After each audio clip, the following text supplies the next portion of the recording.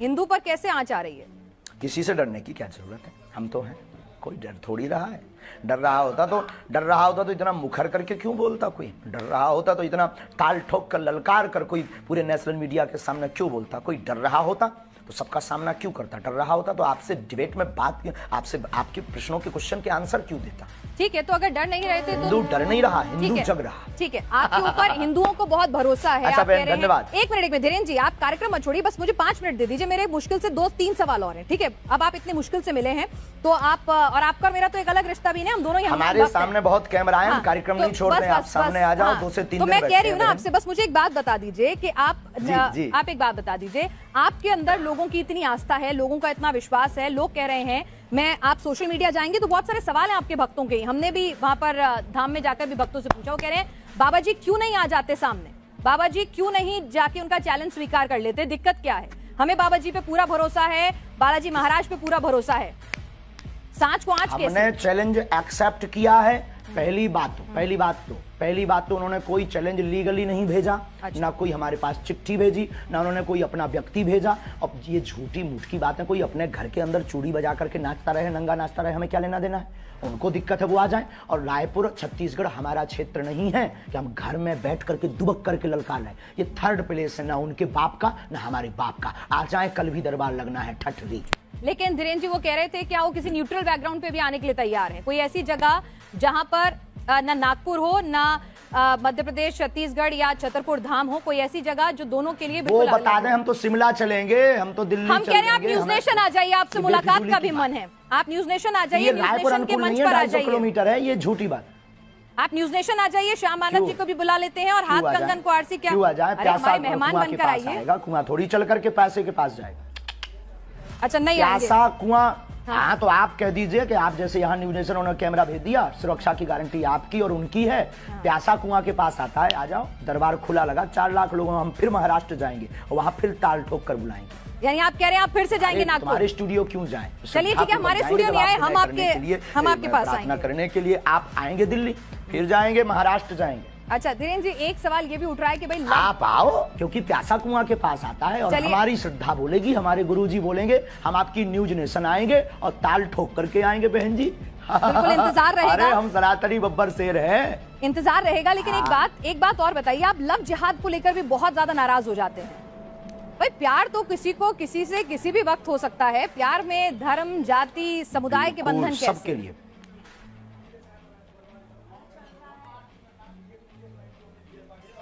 हाँ, लेकिन प्यार करना गलत नहीं है, लेकिन प्रायोजित ढंग से प्यार के चक्कर में फंसाकर हमारी बहन बेटियों के 36 टुकड़े करना क्या सही है? आप पक्षधर हो इसके? यानी आप हिंदू मुस्लिम की शादी के खिलाफ नहीं है, बस वो बताकर शादी करें, बताकर प्यार करें कि मैं मुसलमान हूं या मैं हिंदू हूं। आप हिंदू मुस्लिम की शादी के खिलाफ नहीं है? हाँ, हमें कोई दिक्कत नहीं है, हिंदुओं से भी मुसलमान की बहनें भी कर सकती हैं। आपने कहा था कि आपने जिस तरह से सवाल के जवाब में, आपका जवाब मैं सुन रही थी, आपका इंटरव्यू था कि अगर कोई हम पे बंदूक उठाए तो उस पे बंदूक तान दो। मतलब आप गांधी जी को नहीं मानते कि कोई एक गाल पे तमाचा मारे तो दूसरा गाल आगे कर दो? महात्मा गांधी के हम पूर्ण समर्थन में हैं, उनकी अहिंसा वाली बातें हमारे रंग रंग में भरी हुई हैं, लेकिन आत्मरक्षा करना भी तो उन्होंने ही सिखाया। अब जब मर जाएंगे तो फिर कौन आत्मरक्षा करना सिखाएगा? जब हम ही नहीं रहेंगे, शरीर नहीं रहेगा, तो कहाँ का कानून, कहाँ का संविधान, कहाँ की विचारधारा सब शून्य हो जाएगी। तो आत्मरक्षा करना ही तो एक कानून है। आत्मरक्षा संविधान पढ़ा जी बिल्कुल, लेकिन आप जिस तरह से बुलडोजर की बात करते हैं, लॉजिकल है माय डियर सिस्टर। नहीं, आत्मरक्षा इलॉजिकल नहीं है, लेकिन लोगों के घर पर बंदूक, बुलडोजर, वो भी आत्मरक्षा है। अच्छा एक बात और अंतिम हम बोल देंगे, हमारी प्यारी बहन, आपकी जय हो, आपके साथ एक नाता है कि आप भी हनुमान भक्त हो। अंतिम बोल देते हैं कि आज हमको जिन जिन को दिखाना था पूरे भारत को, हमने दिखा दिया कि भ्रम फैलाना बंद कीजिए। और हम फिर कहते हैं कल का दरबार लगना है, उनको खबर भेज दीजिएगा, नहीं तो आज के बाद इस प्रकार से कोई भी बात नहीं करेगा उस आदमी के बारे में, उसको हम भगोड़ा घोषित कर देंगे। ठीक है, आप ये बताइए आप शादी कब कर रहे हैं?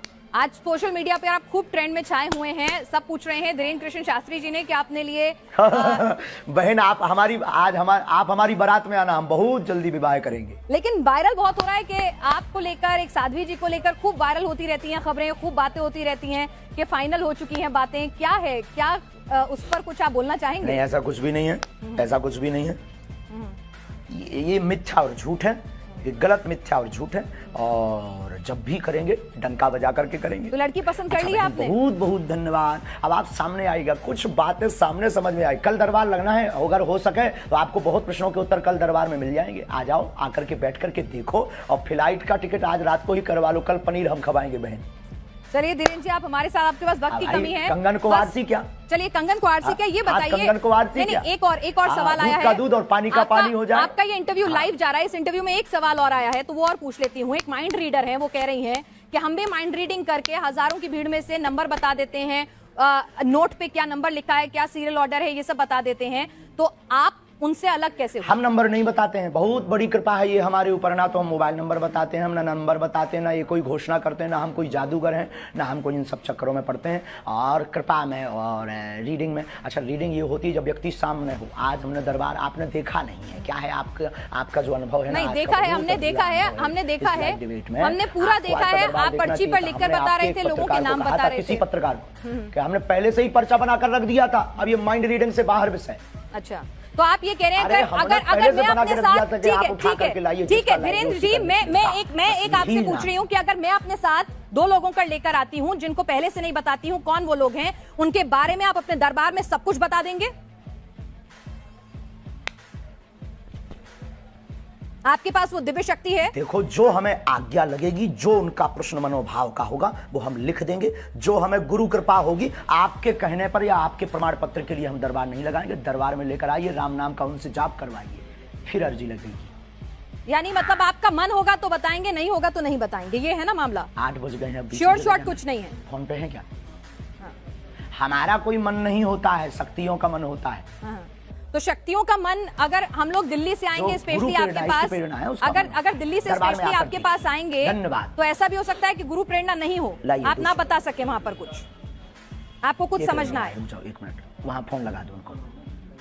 ऐसा भी हो सकता है अगर हम आपके पास आए और आपको उस वक्त गुरु प्रेरणा ना मिले, तो ऐसा भी हो सकता है कि आप कुछ ना बता पाए, आपको कुछ नहीं समझ में आए, कोई जवाब ना हो आपके पास, ऐसा भी हो सकता है।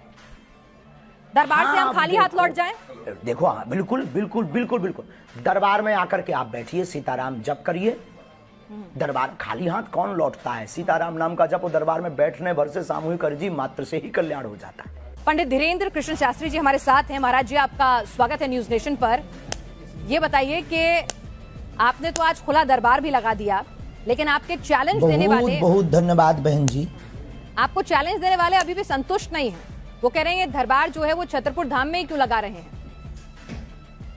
ये चमत्कार सिर्फ धाम तक ही क्यों कभी कर नहीं सकते। ये रावण के खानदान के हैं। आज 4 लाख लोगों के बीच, और 4 लाख लोगों के बीच, और पूरे देश की मीडिया, नेशनल मीडिया आज वहां सामने थी। तुम आपने लाइव चलाया कि नहीं?